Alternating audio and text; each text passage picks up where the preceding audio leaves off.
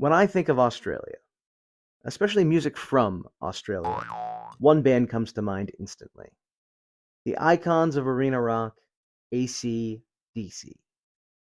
In this, my first foray into the music conversation on YouTube, I will be ranking from worst to best their 16 studio albums along with their 5-song EP Jailbreak.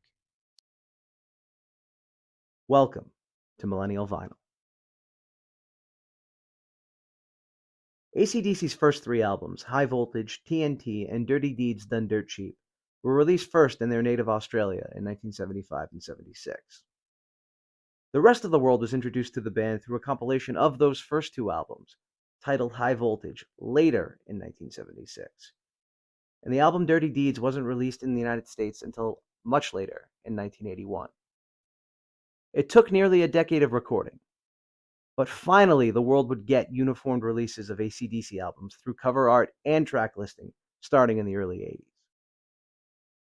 I used the international versions of these recordings and these albums to make this list, which won't always be the case with every ranking show I do, but these are the versions I know and these are the versions I love. Thus, these are the versions I feel comfortable discussing. I will also be using film critic Roger Ebert's 4-star scoring system to grade each album as I rank them. You can see here a description of each grade and how it applies to each record. Thank you for tuning in. Please feel free to comment your thoughts on my list and share with me what your favorite and least favorite AC/DC albums are in the comments below. Also, please like and subscribe. And I really look forward to the opportunity to creating more content. I really look forward to the opportunity to have a voice in the rock and roll conversation on YouTube. I'm a big fan of a lot of creators. I'm a big fan of a lot of the things that I see and I listen to here, and I can't wait to get started on providing my point of view as well. And thank you for checking this out and giving me an opportunity to do that. Enjoy the list. Welcome to Millennial Vinyl. I'm Peter. Thanks for hanging out. Firstly, if you like what we do here today, if you consider liking, subscribing, and commenting, especially comment if you don't agree with the list. I'd love to hear from people who think my choices and selections are out of whack and why. I also like to hear about like how you got into AC/DC, like what your favorite album is, what your least favorite album is. If you've seen them live, where, when, how many times, who was singing, who was playing drums, etc.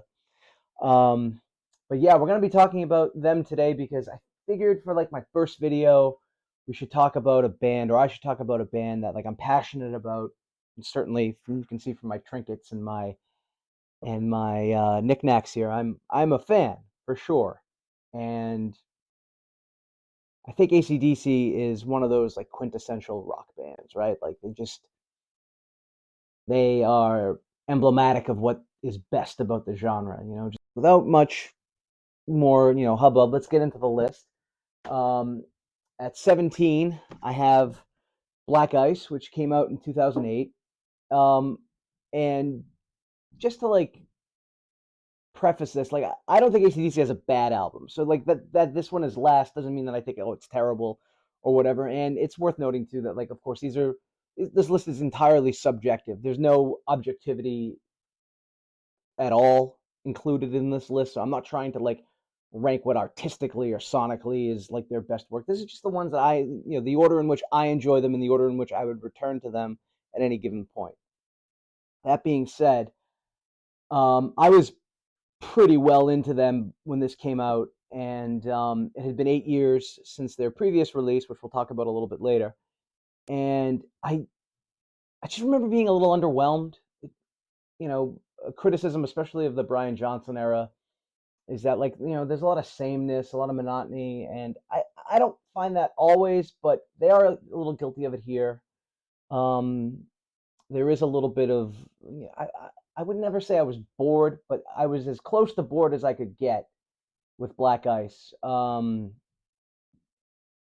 It's long too. It's almost an hour long. It's 15 tracks. It's like there's a lot to kind of digest here, and it's the only album that when I play it, I'm like, I don't really want to go back and listen to something else or listen to another record afterwards. So Black Ice, I wouldn't say avoid, but visit sparingly.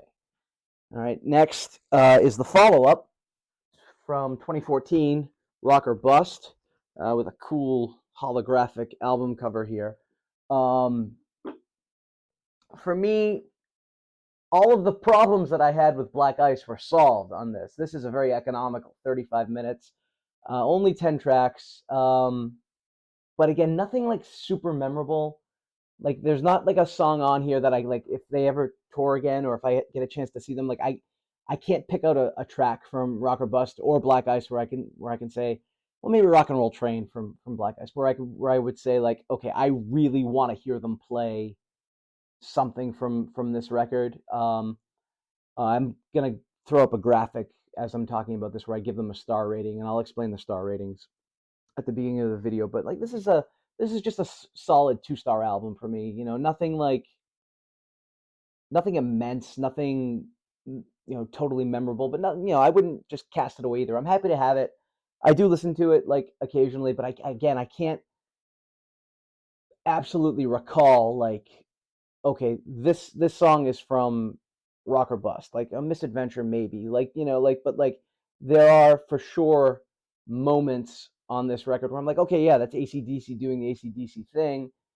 It was important to note too that drummer Chris Slade, who we will definitely be talking about later, and why I think his work is important to the group, filled in for Phil Rudd while he was dealing with some legal trouble, I think, on the tour for this record, and I think we'll talk about him later. But had he played from when he joined the band in 1990 or 89 through to today, I think some of their later albums would have been aided greatly. Anyway, number 16, Rock or Bust. Next we have 1995's Ball Breaker. Now they worked with Rick Rubin on this album, and I know it's like sort of it's easy to criticize Rick Rubin's work as being like oh, you have to go work with Rick Rubin, or Rick Rubin's like, he was like the it guy for a while. Genre bending, big time producer, and everybody whom I've ever talked to about this record who's like a big fan of the band, it's like, oh, it's not, Back in Black, or it's not, For Those About to Rock, or it's not Highway to Hell, or whatever. It's like, yeah, no shit, it's not. It's something else. It's something different.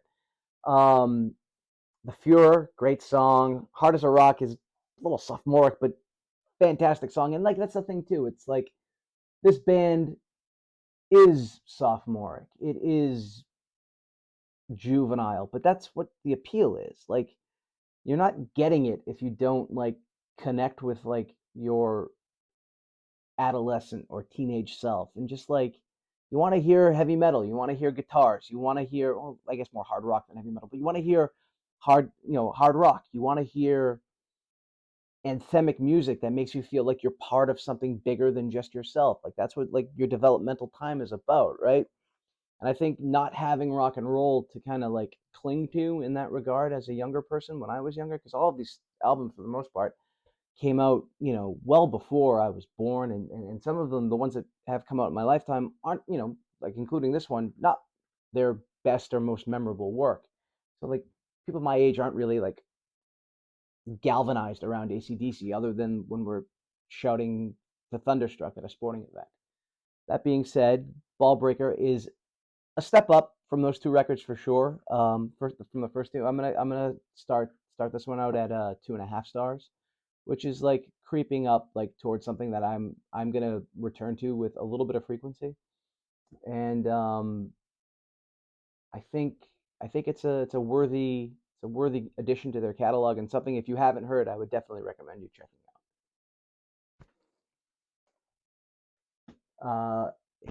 Next is Stiff Upper Lip from 2000. This followed up Ballbreaker. I remember this record especially because my dad dug the title track, and I did too. And he went to the store, he bought it, and he's like, "Oh yeah, this is like the AC/DC I remember." And like I listened to it, and comparatively, like I just criticize people like it's not Back in Black, but at 13 when this came, I was 13 years old when this came out. I was like, it's not Back in Black. But then as I've grown to appreciate the band more and understand and like their music more, it's it's subtly different from their classic period, and it's not as bogged down or maligned in the production values of music in the late 90s and early aughts. And, this is an album that I think is a great representation of who AC/DC are as a band, in that they stick, they're true to themselves. Like, the times change, AC/DC doesn't necessarily. And that can get annoying and sort of, it's easy to criticize for people that like the kind of music or like the kind of bands that are constantly evolving and constantly changing their sound. And there's a place for bands like that. I mean, God, I have Rush on all over my wall here. Rush is my favorite band, and they certainly are that, right? But there's also a place for you know, I when I to make like a sports comparison, right? Like ACDC is like the closer that throws 99 miles per hour. Like, when he gets the ball, like it's coming. It's, can you hit it? When you put on an AC/DC record, you're getting riffs, riff on riff on riff on riff. And those sort of melodic choices, and I don't know enough about music to talk about music intelligently. I can just talk about how the music makes me feel. There's a comfort in the familiarity that, okay, we're gonna listen to music. I'm gonna listen to music. I'm gonna listen to something hard. I'm gonna listen to something heavy. I can't think of a better band to put on than AC/DC for when my mood is calling for that choice. And this record, as I grew to appreciate it, as I grew to love it, as I spent time with it, like, upon every listen, I enjoy it more. So I highly recommend. This is as strong of, pretty much as strong of a 2.5 as I can give. Stiff Upper Lip from 2000. Next is 1983's Flick of the Switch. Um, I'm slightly disappointed with this record. I mean, it's following a run of, we'll say, from Power Age in '78 through For Those About to Rock in '81. I think that's probably the apex of their creative ability, and they were firing on all cylinders. I'm surprised they don't have something. Maybe their next album they'll have a track called "Firing on All Cylinders." But everything about the band was working through that period. So looking at them chronologically, when I got to Flick of the Switch, although I knew Rising Power, I knew the title track, I was expecting, even though they had parted ways with Mutt Lange, who we'll talk about later with the 3 albums they did with him, the producer, when I got to Flick of the Switch, I was expecting something more in that vein, and it's not. It's really stripped down. It's simplified AC/DC, which, I would say, from a 4 on the floor drum and really, I don't know, approachable, straight ahead music. Like, that's what they are. That's what this is. But it's even more so than what they were at any point previously. And I feel like the album is a little bit more, like I said, approachable, but it's also a lot less interesting. Knowing where they could take their ability, in that, even though they probably needed to take a step back just to kind of reset, and they were having trouble with drummer Phil Rudd during the production of this record, so understandably that there was a little bit of tension probably within the group, and they self-produced it, which was probably artistically it was at least an interesting choice that didn't yield necessarily interesting results.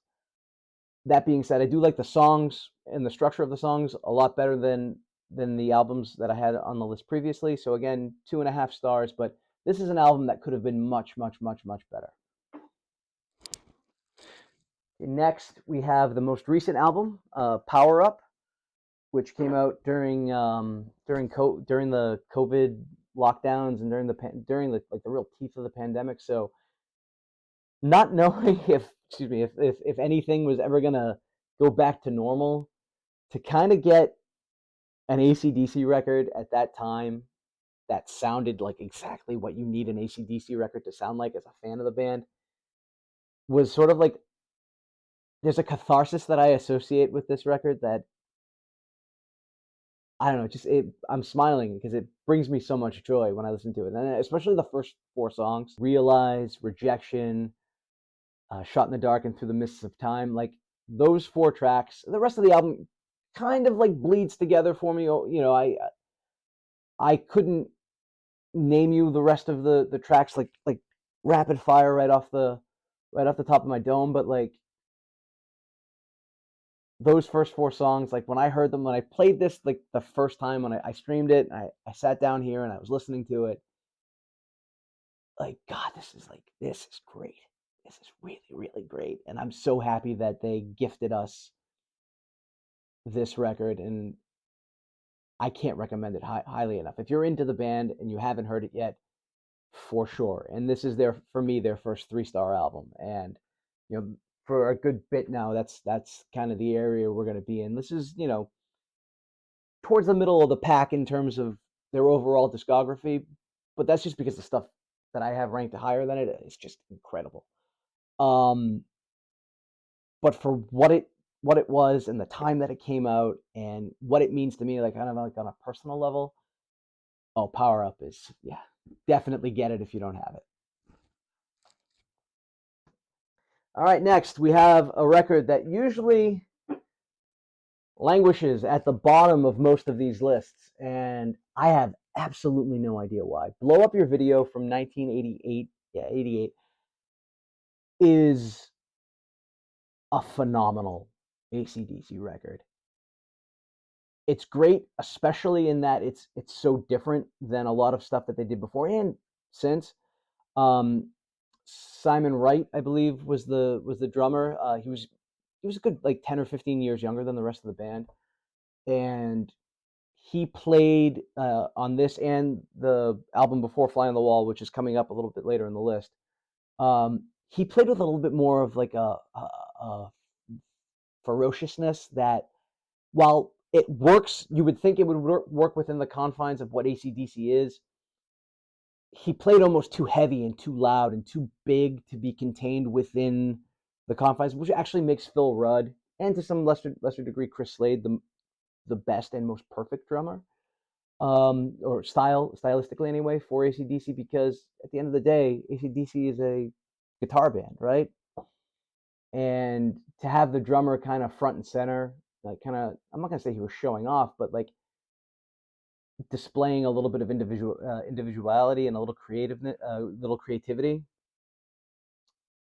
For me, hearing the different instrumentation choices, like using different parts of his kit on this album, especially, you know, the first three songs, you know, we got Heat Seeker, That's the Way I Want to Rock and Roll, and Mean Streak. And then later on in the album, one of my probably 15 or 20 favorite AC/DC songs, Nick of Time, which is just incredible. I mean, it is an incredible track. And it showed that like Brian Johnson vocally had like more places to go. Like he doesn't stretch out too much. Like he stays, you know, kind of in his lane throughout most of the stuff most of the recordings he appears on. But it does show that like if they do want to like kind of spread their wings slightly, they're capable of it. And I thought this, you know, again, the rhythm section with Cliff Williams and Simon Wright at this point, like maybe this is probably the best they've sounded for me. Sonically, for me, this is certainly the most interesting AC/DC record from the Brian Johnson era, certainly. So, strong 3-star record. Definitely not like at the bottom, like you'll see on other lists. You know, Blow Up Your Video, fantastic choice. All right, next. All right, now we're into the top 10. 1985's Fly on the Wall. This is an album where the tried and true criticisms of AC/DC being monotonous and a little samey could be applied, but that would only work within like evaluating the album in and of itself, the tracks do sound similar onto each other. Yes, that is true. Sink the Pink, Shake Your Foundations, like those are all kind of like, you know, the title track. They all do kind of sound alike, but that's because the album was mixed poorly. The songs in and of themselves are different. They're faster. They're a little bit more energetic. They're definitely, this album is leaps and bounds better than Flick of the Switch. And I think that if if it were remixed, not that they have any sort of like inclination or need to do it, but if they were to ever do like an anniversary edition or like a box set, if they have some other stuff, or if they wanted to, release a show from this time along with it, or a live recording of some kind, right? I think if they got somebody who was like really hip to like how to like bring the best out of vocal arrangements, especially using the voice as an instrument, you can barely hear and understand Brian Johnson on this record. And like, that's like the another sort of like old and terrible critique of his voice, like, oh, he just sounds the same all the time, and you can't make out or understand what he's singing about. And like, yeah, maybe, but like on this record, it's actually true, and it's like super difficult to understand the vocals. That being said, melodically and rhythmically and tempo wise, like I enjoy the hell out of it. I'm left breathless at the end of this record. Every time I listen to it, I just feel it's like coming from underwater. There's like this exhilaration that like I love this record and couldn't recommend it more. And I'm happy that it made it to the top 10 of my list. Fly on the Wall. All right, now we have our first Bon Scott record at number 9, Dirty Deeds Done Dirt Cheap. Their third album. It was released first in Australia. We didn't get it in America until '81, which must have been like hella confusing for the buying public at the time, right? Because Back in Black had just come out. I don't think For Those About to Rock had come out just yet. And so when we got this in '81, obviously I wasn't alive, but different vocalists. Back in Black was the biggest record in the world, right? So like different vocalists, Bon Scott, obviously, who had died in February of 1980. A different vocalist than Brian Johnson, who everybody was used to listening to, right? Stylistically, like not as polished, not as smooth of a production as what anybody who had discovered the band around this time would be used to or expecting. That being said, its rawness, its sort of the sinister nature in which Bon Scott delivers a lot of his vocals, especially on the closer, Squealer, which the word in and of itself is like a little cringy, and the lyrics are too, but God, the riff is unbelievable. And I think he's taking the piss real bad in Big Balls, but I think it's like the funniest rock song ever released. And the title track is like with a bullet, a top 10 AC/DC song. Dirty Deeds Done Dirt Cheap is maybe the quintessential Bon Scott song. There are others that are better, but like if somebody came up to me and said that's the best song they made with Bon Scott, I'd hear the argument. Definitely a 3-star record. Definitely something worth visiting. Definitely something to have in your collection if you are a fan of hard rock, and interesting hard rock at that. This material, Problem Child is on this album. It's also on Let There Be Rock, but considering that it was probably released first on this, I think. That's a great song. Love It First Feel. I mean, there's so many like just classic cheeky Bon Scott, like he's all over this in the best way. And I don't know if this is the album I picked to introduce somebody to AC/DC, but if I were to make them a playlist, I'd definitely be pulling 2 or 3 songs from this record. And again, like as pretty much, here up until I bump it up to 3.5. as high as 3 stars can be.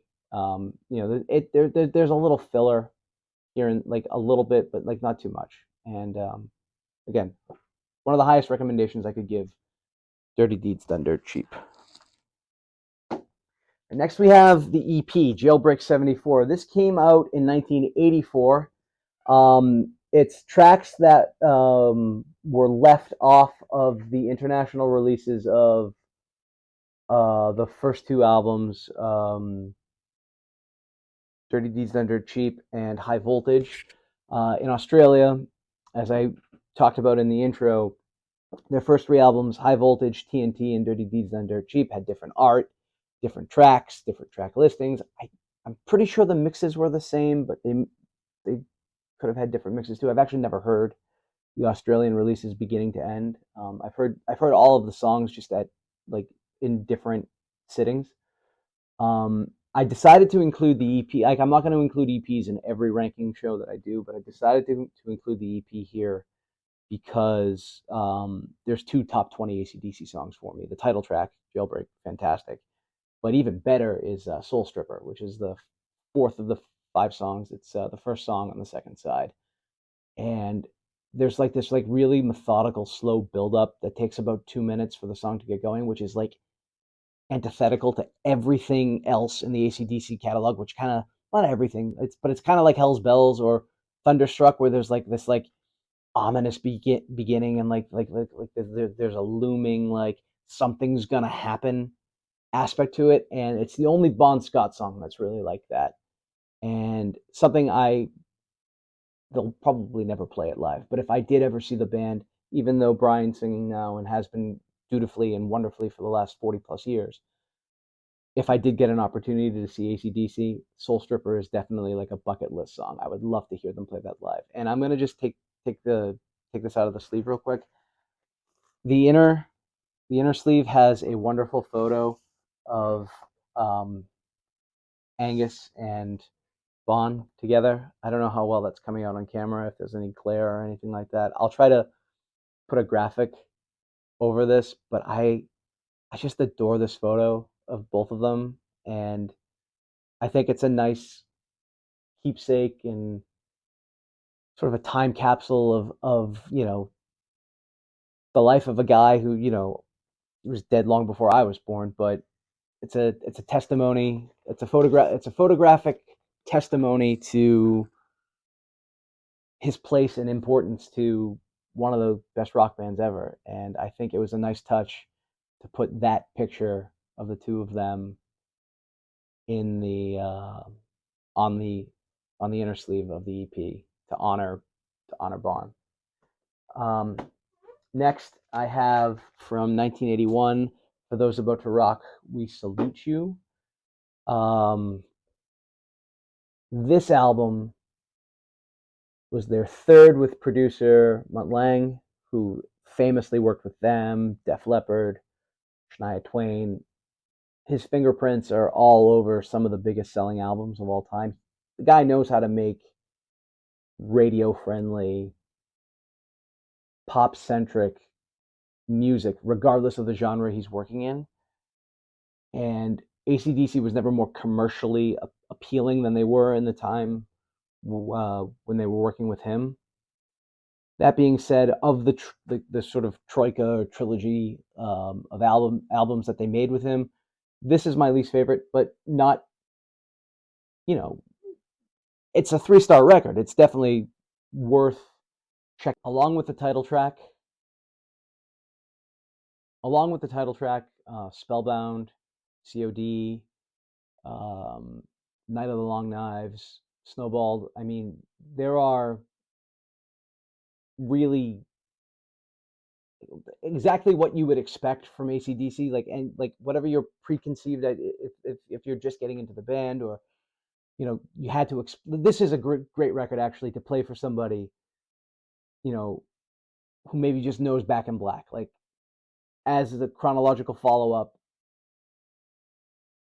it's not Back in Black 2, but like there's enough Back in Black DNA in this album that makes it, again, approachable, accessible, listenable. It's not quite as danceable. It's not quite as radio friendly, but it's as melodic as hard rock gets and approachable as hard rock gets.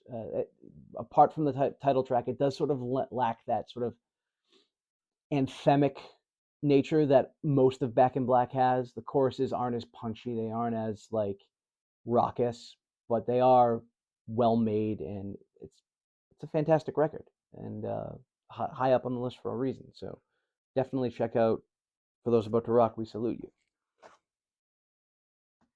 All right, next I have at number 6, I believe. Yeah, this is number 6. High Voltage. This is a compilation record that was the first international release. Some schmuck at Rolling Stone, I think, wrote about this. This was basically the nadir of hard rock as a genre, something to that effect. Bobby Altman, I think, was the writer. Pretentious fucks at Rolling Stone. Anyway, if I can find the exact quote, I'll put it up over where I'm talking here. But to think of this album as the nadir of the genre of hard rock is comical. The fact that Rolling Stone, and this is going to be a little bit of a rant, I'm sorry. The fact that Rolling Stone is like the official like tastemaker of popular music, for most of the second half of the 20th century is just disgusting to me. And I take great pride in that like 4 or 5 of my favorite bands were completely dismissed by Rolling Stone and had and are still having in some cases decades long careers of like basically that to the critics, and have legions of millions in their fandom to sort of like say, actually we're the arbiters of what's cool and what's worth investing time and resources in. That being said, High Voltage is a fantastic record. The title track, which comes at or towards the end of the record, along with It's a Long Way to the Top, If You Want to Rock and Roll, that's probably the quintessential Bon Scott song. And they haven't, and that's evidenced by the fact that they have not played that live since he died in 1980. That's his song. The rest of the songs belong to AC/DC as an entity. It's a Long Way to the Top is Bon's. That is Bon's track.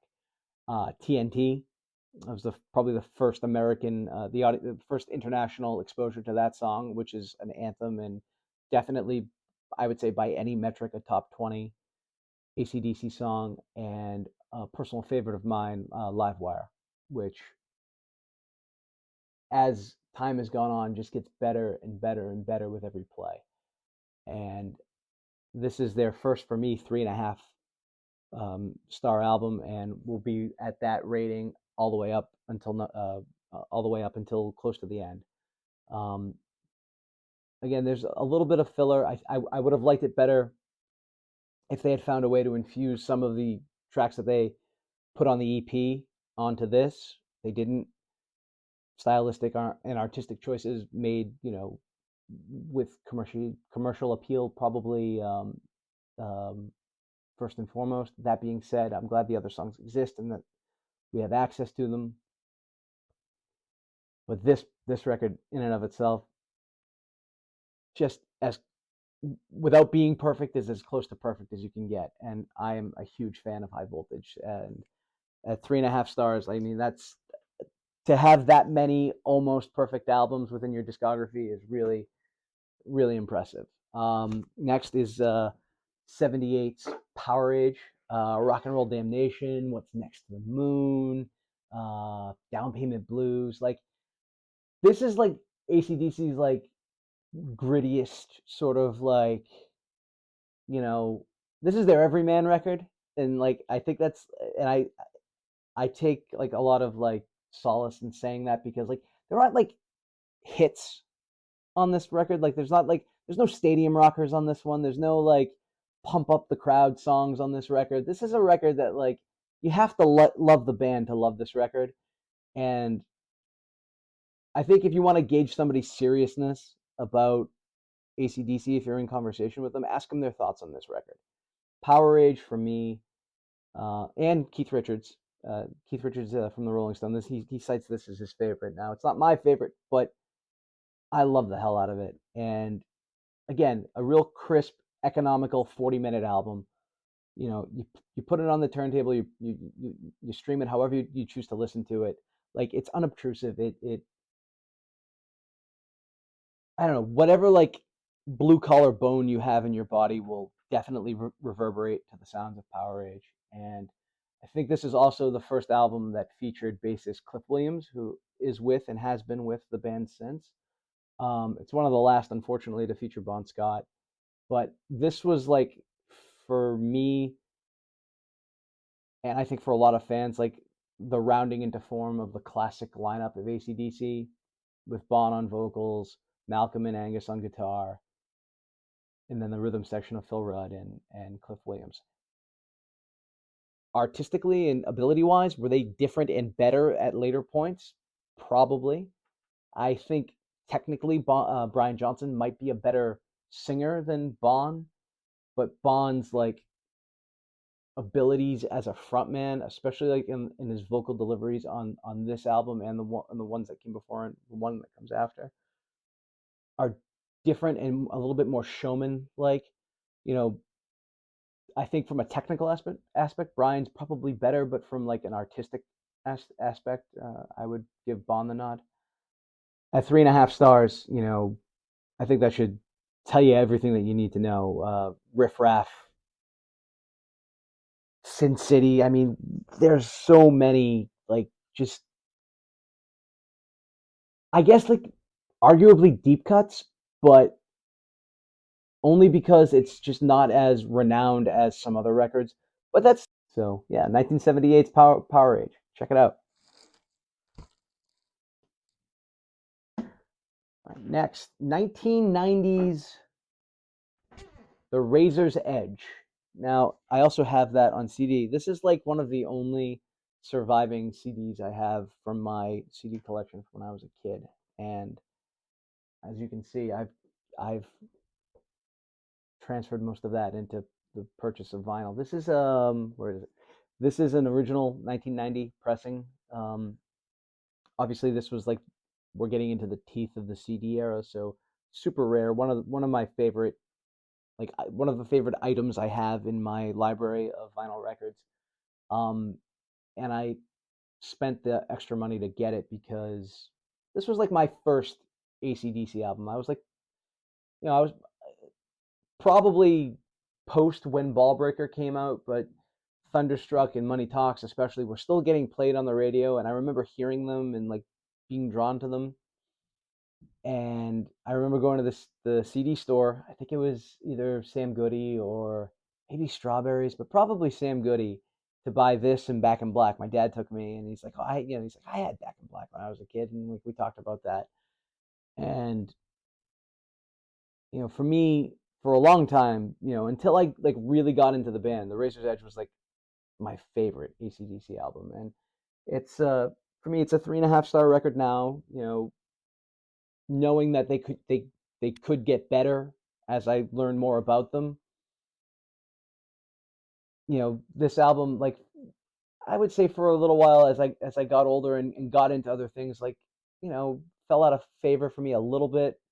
Like Mistress for Christmas wasn't as funny anymore, and She's Got You by the Balls wasn't as funny anymore. But I still kind of like those songs now, as I'm like old enough to have like a sort of an ironic kind of wink at more juvenile things. Yeah, no, it's a fun album, and Thunderstruck and Money Talks are probably top 10 songs for me, and Fire Your Guns too is just incredible. Um, they did this one with Bruce Fairbairn, who did a ton of big albums. He produced. I'm pretty sure he produced Slippery When Wet with Bon Jovi. Um, he produced Psycho Circus with Kiss, which wasn't a huge selling album, but like a important album, and it was the return of, or at least what we thought was the return of the original band. And Martin Popoff, who's a Canadian journalist, rock journalist, has a category of albums called this was their Go to Vancouver and Try Harder album, and this was AC/DC's Go to Vancouver and Try Harder album, and the dividends from that trying harder definitely can be felt. I think Chris Slade, I know Chris Slade was the drummer on this album. He replaced Simon Wright, who drummed from 80 when Phil Rudd left in '83 until '89, and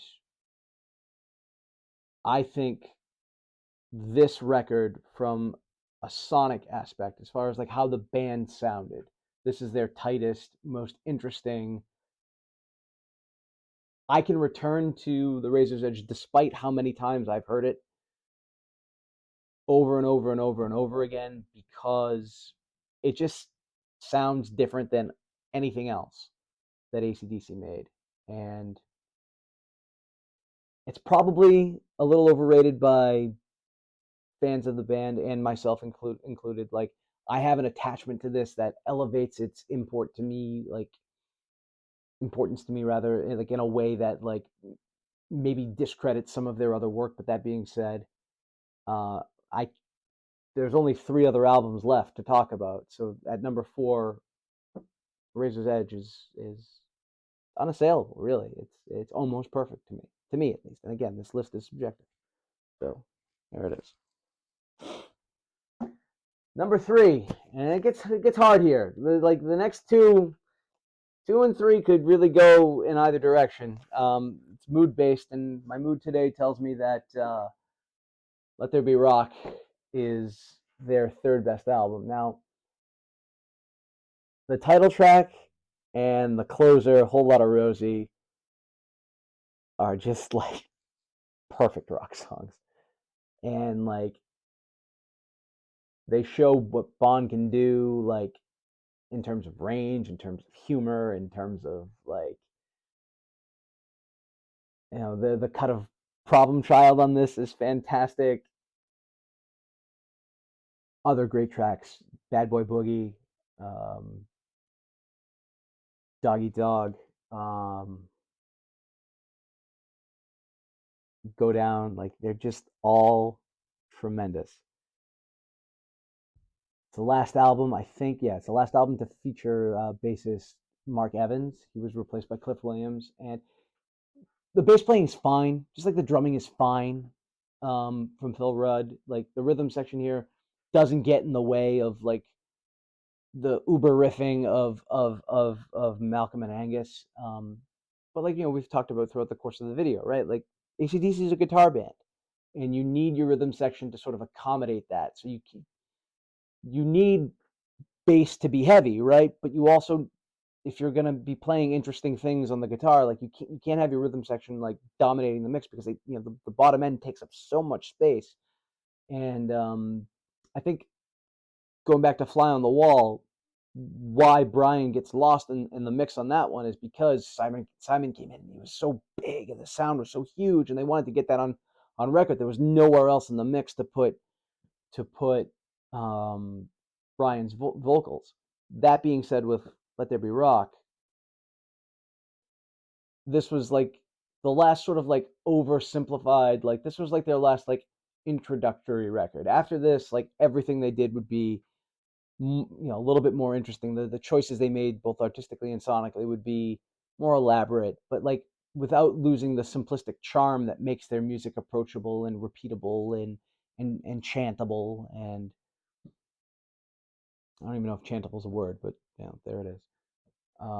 Anthemic, and the things that like we love about AC/DC. Like they didn't lose any of that; they just refined it. But this was like the last of like the salad days, and I adore this record. And again, this is my last 3.5-star record. The last 2 are both 4-star records for me, but as close to, if I had a 3.75 ranking, this would definitely get it.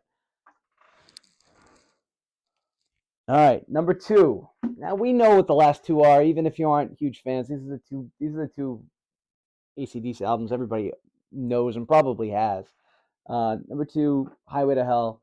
And like, I at this point, like I can't really offer anything like sort of like I can't make a critique or an analysis that like hasn't been made about these 2 records. Everybody's heard them, everybody has them. The title track is heard everywhere. It's probably in a car commercial, playing in the ads on this video. But the hidden gems like Girls Got Rhythm and Touch Too Much and Night Prowler, like these are just like, it's so frustrating from a certain standpoint, because if Bond just didn't die after this, right? Like if they had a chance to sort of like grow a little bit more, and like this, from going from Power Age and Let There Be Rock to this, like showed like a tremendous amount of growth, and like going from this to Back in Black, the rest of the band showed like a tremendous amount of growth. Like if they just had an opportunity to do all of that together, which is not to take anything away from Brian. Brian Johnson is one of my favorite vocalists of all time, and his renditions of Bond songs that I've heard on live recordings is faithful and honest and true, and in some cases superior to what Bond did. But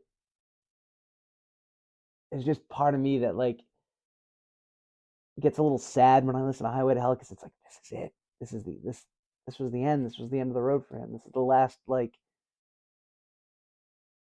was the last thing of importance that he did as a musician. I'm sure as a man there are other things that in his life that he did and accomplished, but like as an artist, as a rock and roll singer, which is, what he was, and weren't many better at that than him. It is sad that this was his coda, but in some ways it's fitting because it's such a great record. And in addition to the songs I've mentioned, like If You Want Blood, You've Got It is also like another. They named their live album with Bond that, and like, I'm happy to know that we're happy to have this record as a testimony to Bon Scott's ability and his greatness. But when this at the last note of Night Prowler, when I take the record off of the table and I put it back in its sleeve, and I sit down again, it's like I do have that like sort of empty feeling of like that really was it. And it's just a tremendous achievement for the band that their follow-up record, which is obviously the next one I'm going to talk about, was even better than this one, because as far as hard rock and rock and roll albums, or albums of any genre at all, to do better than this is impressive, and one of my favorite records. Not just by the band, but like by any band, by anybody. Highway to Hell.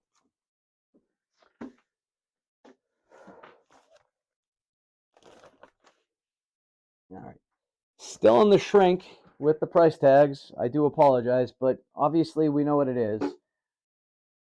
It's hard to have AC/DC conversation without talking about all of the songs on this album. Shoot to Thrill, Give 'Em the Dog a Bone, Hell's Bells, the title cut.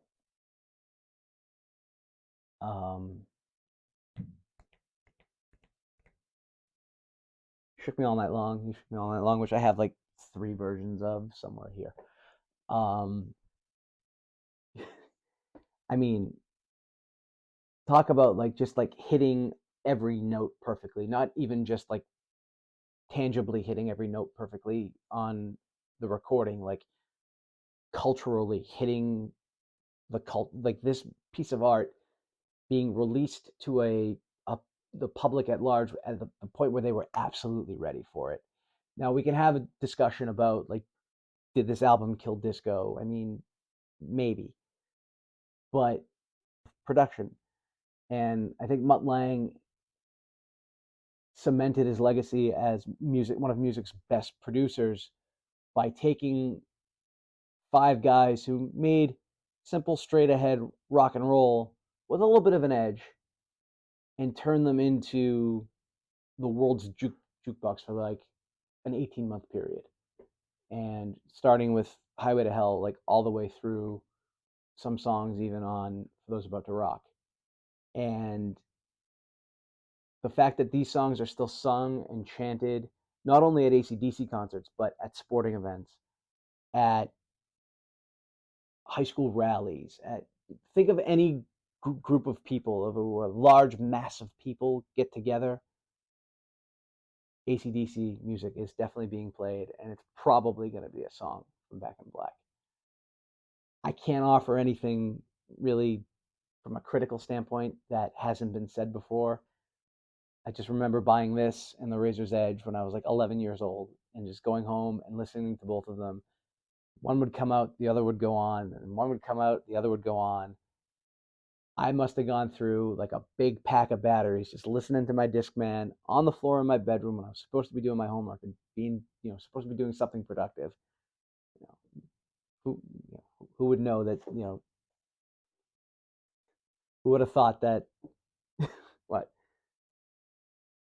25 years later, I'd be making YouTube videos about the experience, but here we are.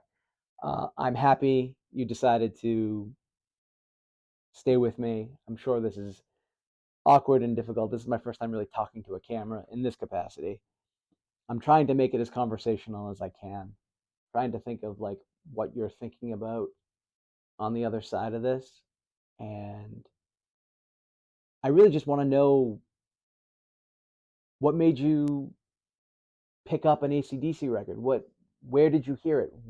What about the music? What about, was it the vocals? Was it the guitar playing? Was it the drumming? Whatever it may be, I would love to know how you got involved in and how you decided to follow and love the band, because they're, a top 15, top 10 at least, probably at least top 15 band for me all time.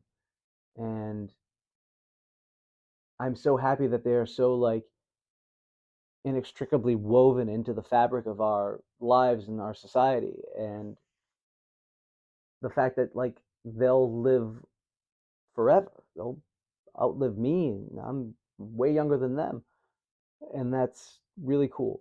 And this is something that my kids and maybe my grandkids, if I'm lucky enough to have them one day, will be able to like, hey, granddad used to listen to this back in when he was a kid, and his dad listened to it too. And they're a legacy band. That's the word I was looking for during that weird rant. They're a legacy band. They're part of the legacy. They're part of our legacy. They're part of our culture. And I don't know. I'm just really proud to be a fan of theirs, and I'm really happy that you decided to check out my video again. If you like it, please hit the like button, and please subscribe to the channel. I'm gonna be releasing a lot of content like this. Hopefully, better. Definitely will be better once I figure out how to do it. And you know, comment.